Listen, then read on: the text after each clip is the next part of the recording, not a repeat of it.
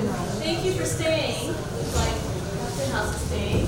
So, I have to say one thing.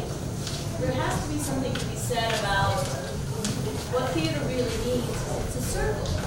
And in an experience like this where the people on the stage and the people in the seats are forming the complete circle, when you hear the answer backs or the reactions, you know that the stories on the stage are the stories in the hearts of the people that are sitting here watching. So it's always beautiful to see that. We don't see that in the seats. I want to introduce the panelists that are with me. My eyes will fail to me. Marlina, will you speak louder? Oh, I'm sorry. Yes. So to my right is TeAda Potter, who is a Lao American equity advocate. Yeah! She's a community strategist, a narrative storyteller, and a mother. She is the chief editor of Little Laos on the Prairie, and the founding executive director and community architect of the Seed Project. Kuli is a Syrian American based in Damascus, Syria. He migrated in the Twin Cities in 2006. Small business owner who's active in advocating the Syrian refugee issue. And he also has participated in a couple of Pangea theater projects in place. And Ryan Tawara, in the middle, is a Lao American writer, and his books include On the Other Side of the Eye, Touching Destinations, Winter Ink, Barrow, and the Tukuk Diaries, My Dinner with Cluster Bombs. He is the first Lao American to receive a fellowship in literature from the National Endowment for the Arts.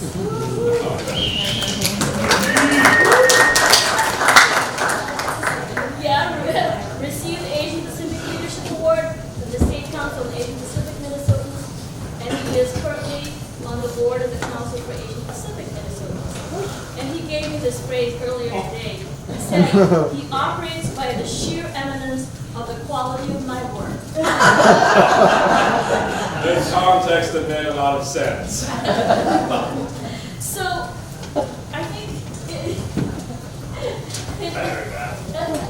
in this day and age when we are in the midst of such controversy about immigration, when people from different lands have traveled here and now there's a systematic strategy to vomit us out of the space that we have built.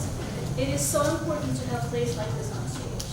It's so important for a place like this to be written about and to be remembered, to be videotaped, and for you to tell them and share them with all the other audience members and your family members as well.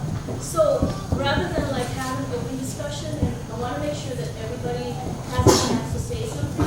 So how about we each take a few minutes to give your response to the play, and then an open conversation with everybody. Is that good? Do you want to start? I'll pass it to Brian. Well, I'll just talk a little bit. I mean, it's very powerful to experience how, different background, ethnicity, and how the mix and be very emotional also, and very motivating to people to see and discover other cultures.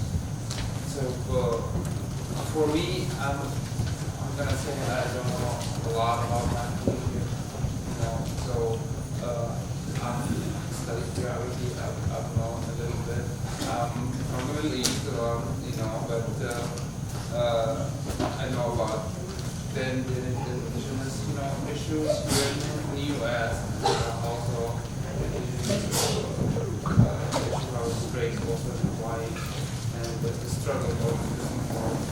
And that's, another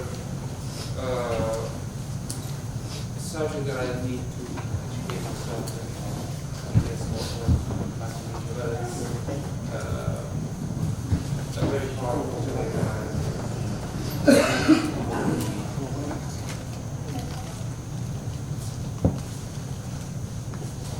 So I have a bit of a longer history here working with TeAda Productions and with Pangea here stretching, well, it's like close to nearly 2 decades, Ben. And I think this is a wonderful piece for me to see it brought to the stage and brought again to the Twin Cities, because this is part of the ongoing dialogue that we have had about the importance of seeing our own stories in our own words, on our own terms. It is so easy for so many of us to forget in this world of media bombardment and this access to the internet, to all this been, that we think that we know our neighbors, our communities around us. You can easily be mistaken for thinking that, there are thousands of plays, there are thousands of stories, that you can just look it up. Oh, here's the movie, here's the play, here's all these creations on stage.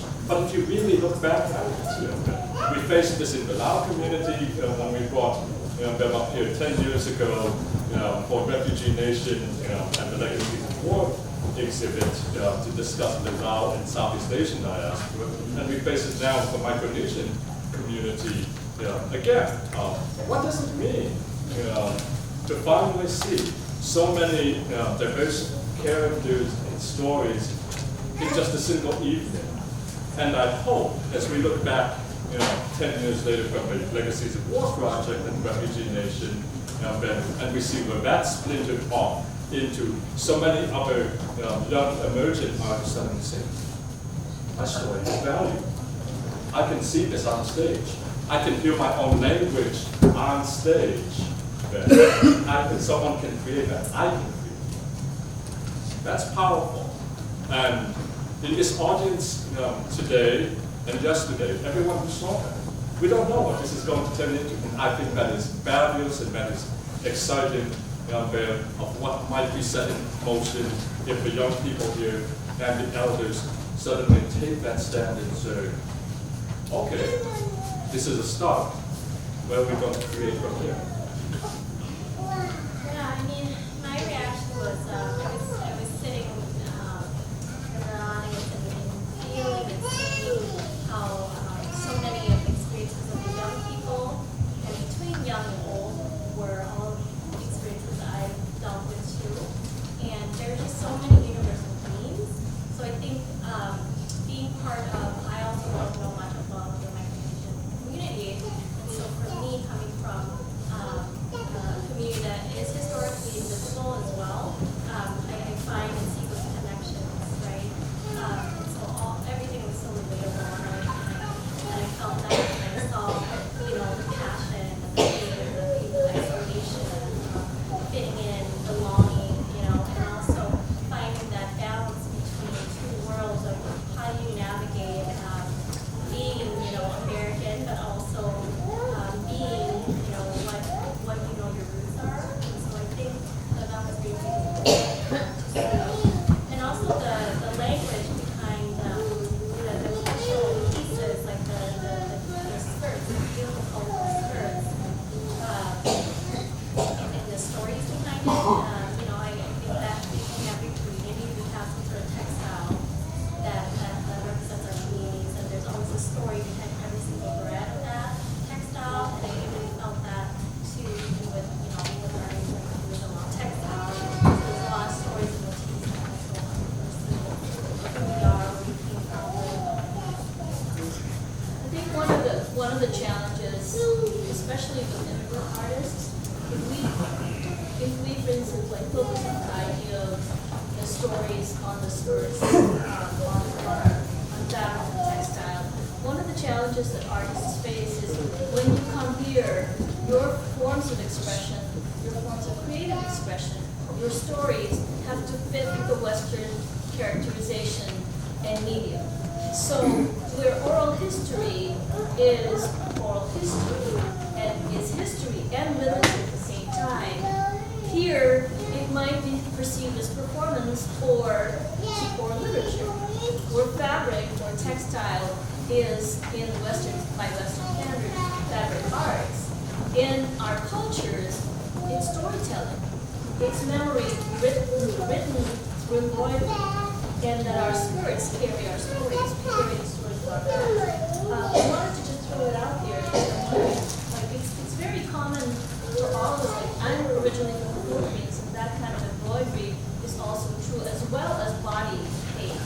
Tattoos are painted on our bodies, not as decorations, but to preserve the stories that our ancestors have passed on to us. Is that true for American culture? Is There is of course, a factor that our traditionals, there is even in the same country, just Syria, there we have traditional wear, especially for women, they have especially a traditional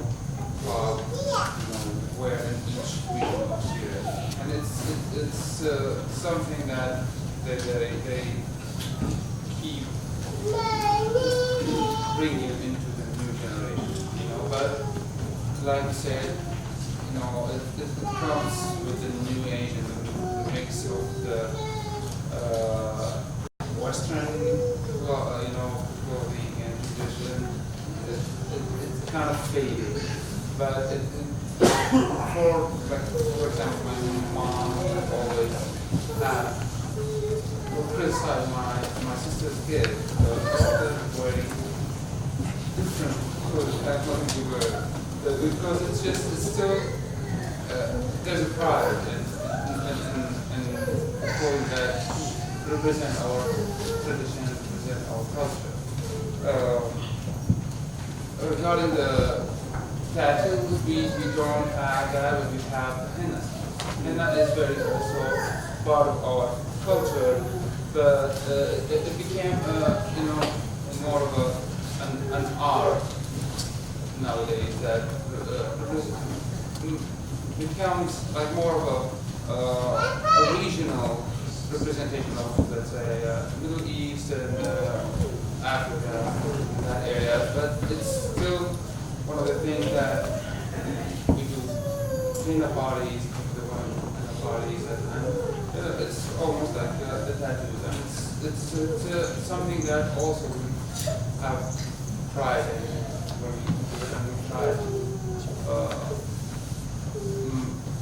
get it to the young generation to also practicing these traditions. I mean, in Laos, we face this new challenge of an emerging issue of textile illiteracy, almost with the threat of industrialization and mechanization, where the presence of Western European, American clothing manufacturing becomes synonymous with wealth, with success, with prestige and social achievement.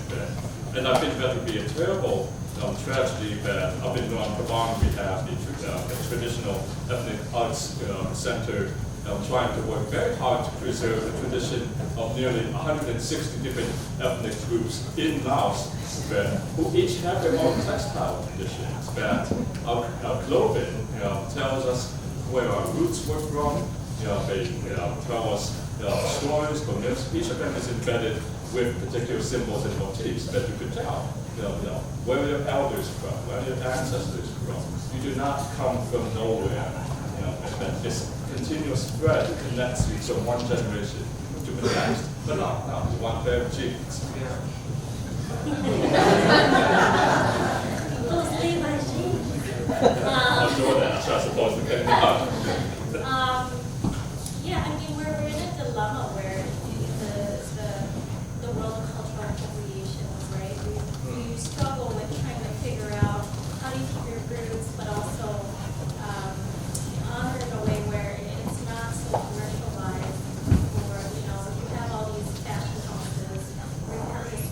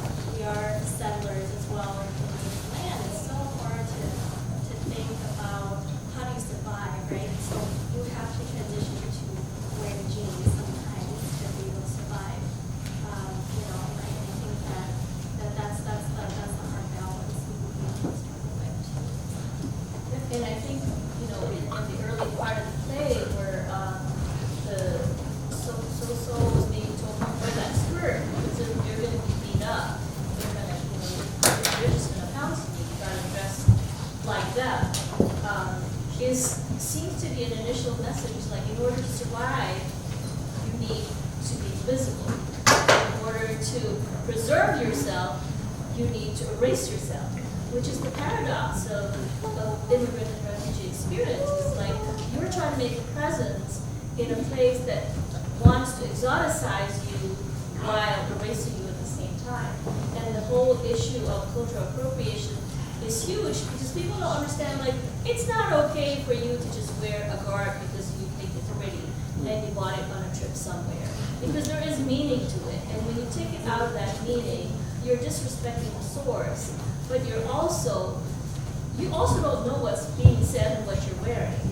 So in order to really understand and help continue that tradition, I think we all need to just ask each other questions. One of the most important lines in the play is where they say, we were masters of the current, and now we are U.S. currency. And that whole cultural appropriation, the exotization in honor of the dollar, the ability for us to become spectacle rather than storytellers and story bearers is contained in that one very powerful line that we're all, we have to continue that. The back of the skirt is empty because we have to continue that story. I think it was so beautiful. It was so profoundly simple and so deep at the same time. Yeah, and I also love how Auntie, I don't know where she's at, shout out to Auntie. Recognition Auntie. Yeah, you were so beautiful on stage. And I just want to give a shout out to you because you're the invisible worker, right? You're the invisible Auntie. No one ever wants to talk about or remember because you are the carrier of everything from children to textiles to stories and it just represents like the community that is raised by your aunties.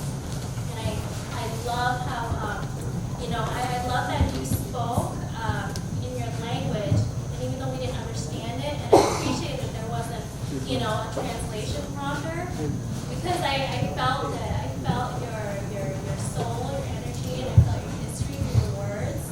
And even though I couldn't understand you, I felt you, and I think that's the part that matters the most. And so I just wanted to, Well, in some ways, that also goes back to the classic question that, if you go to the opera, for example, you have no problem with people singing in Italian, in French, or anything else like that. And yet, so often you see contemporary audiences go, I don't know this language. Let's take the time to experience something new. we were talking. I know where's Catherine. I missed that. We were actually at a board meeting, and we were talking about Catherine went to a BTS concert. I don't know, it's okay. I'll share it. Yeah, we were talking about how there were 60,000 people who filled the stadium in Chicago for 2 days straight, sold out, listening to a boy band singing in Korean, and like 90% of the people are what they're saying. And yet they're there, it's incredible. So the shape that we originally feel too about having to speak or having to show our roots and our ancestors is something that I think,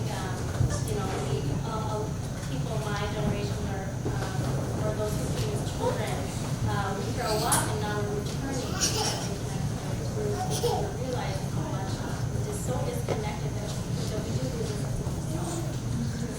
Absolutely. And I think, too, theater is sound and visuals, right?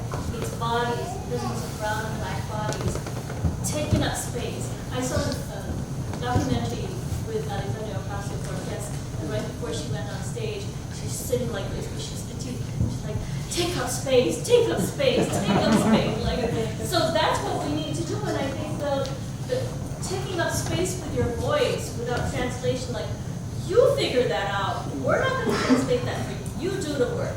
Because we're always doing the work for you, making it convenient for everybody else. We're not going to make it convenient for you. You learn.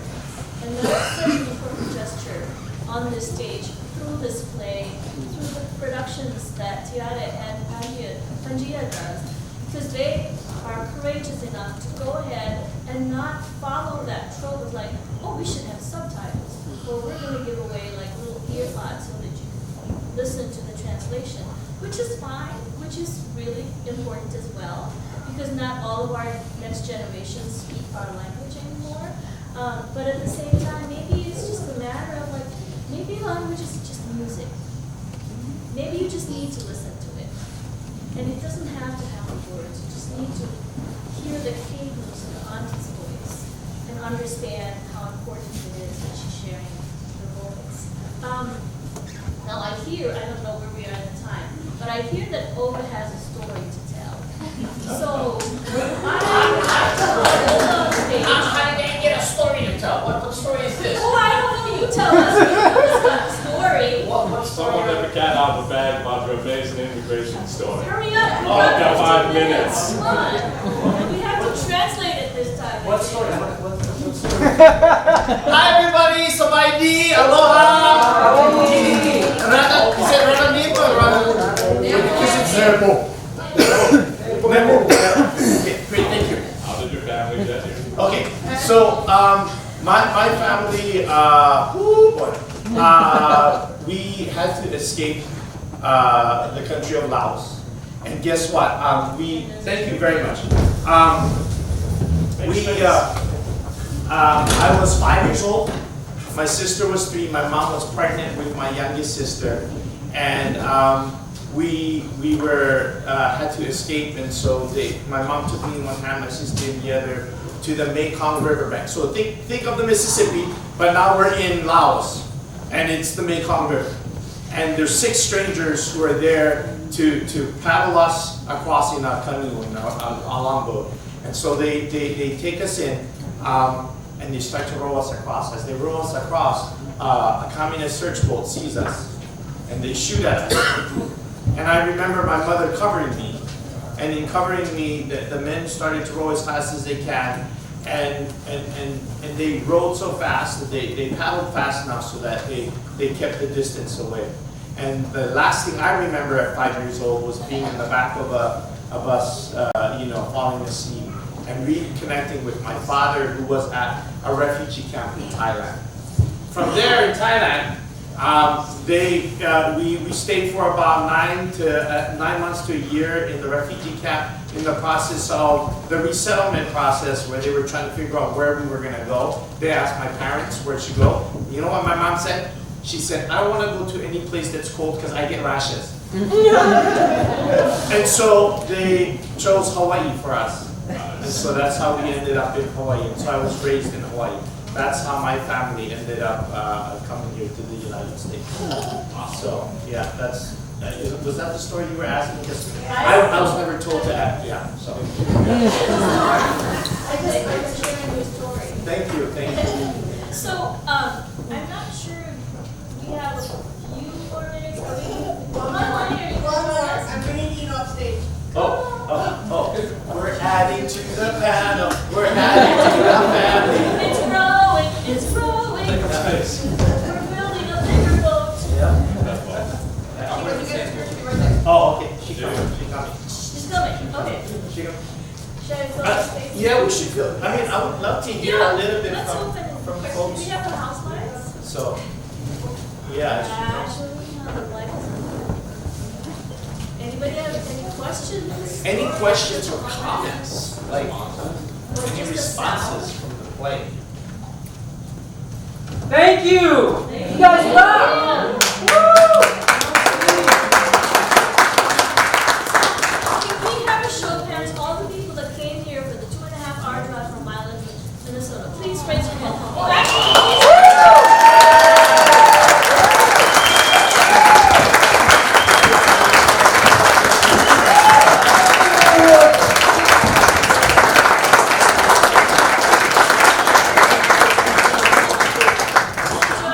We just want to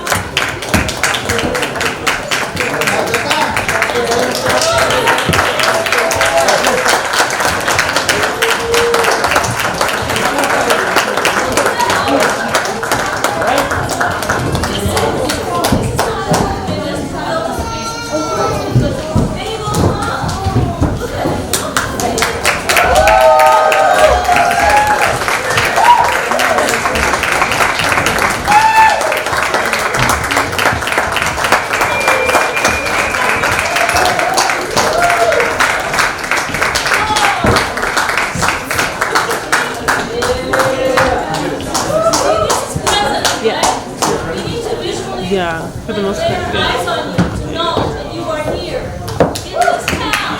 You people know that Minnesota is where you all are. All the way you drove the currents to come to Snow. Oh my gosh. Do you have anything to say, to share? Yeah. Response, please. Share with us what you felt when you saw this play. You can use whatever language you want to use.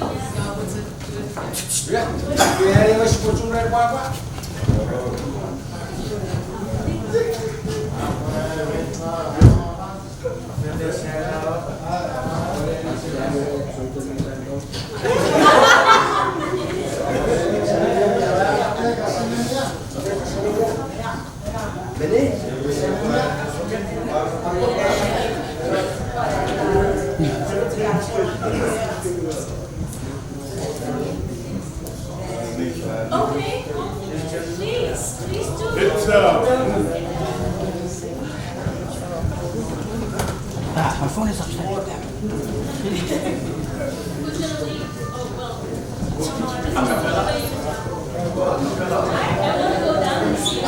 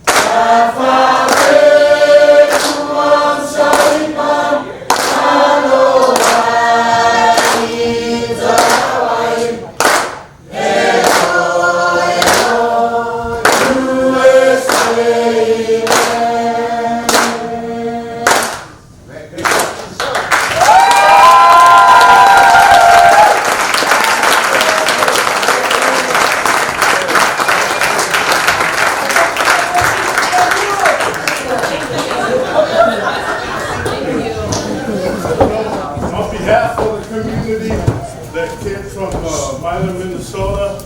We wanted to extend our thankful to the group that came out to do the show. Thank you, Oka and your family, and then Aunt.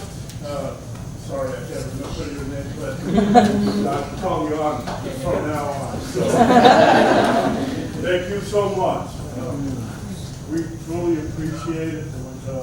That's our story. It hit my heart so hard. So, thank you.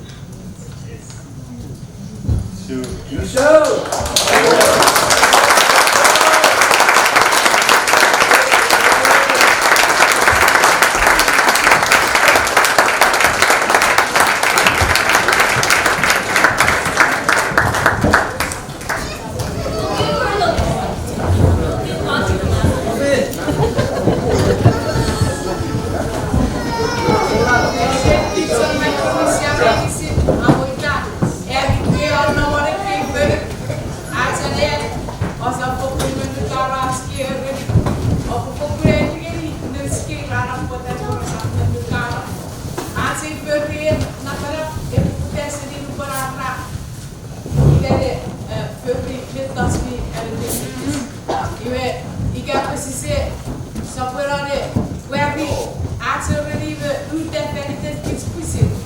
Iwe kitsi kufokupeya. Eri ni pasire konarawai. Besawot mutgeri kitsasi kwe. Generalize tapseri eu ia pegar dia a meu ida estamos a ver tas vídeos que se diz era sempre quase direito e que ver tas vídeos se deve ver só em micro kids esse ver kids e eu vou ver o ser que eles são ele que vi para ele que vi para tu ver a tuas que se que ne vou preferir beta é de eu vou por nada me precisa me passa por é de não somos agora strasire por você é de todo ele vai vir a ouvir o documento ele queria só tapar eu tu na pedra state deve ter que experiência assim só por o cara dizia dia se bem que veia e acabou por fazer as caras por fora kids weet je het zijn connected kiri bergaska. We kiezen za pure we petto serikera todi yara to ama me pati kitsi rike eri to ike. Iwe very kids very kiezen za pure. Very top very para business. And on behalf of my people and to you all, I really am thankful. Especially I protocol to the native of this land. There is a saying in our language that says, Tiro land, we honor the heavens where our maker and our ancestor reside. Tiro pun, we honor the land wherever we are. Tiro sel, we honor the ocean that connects us far and wide, our highway and freeway with each other. And last but not the least, every human being, black, white, tall, short, fat, skinny, we all matter. Because we all, nothing without each other. Thank you so much for coming tonight.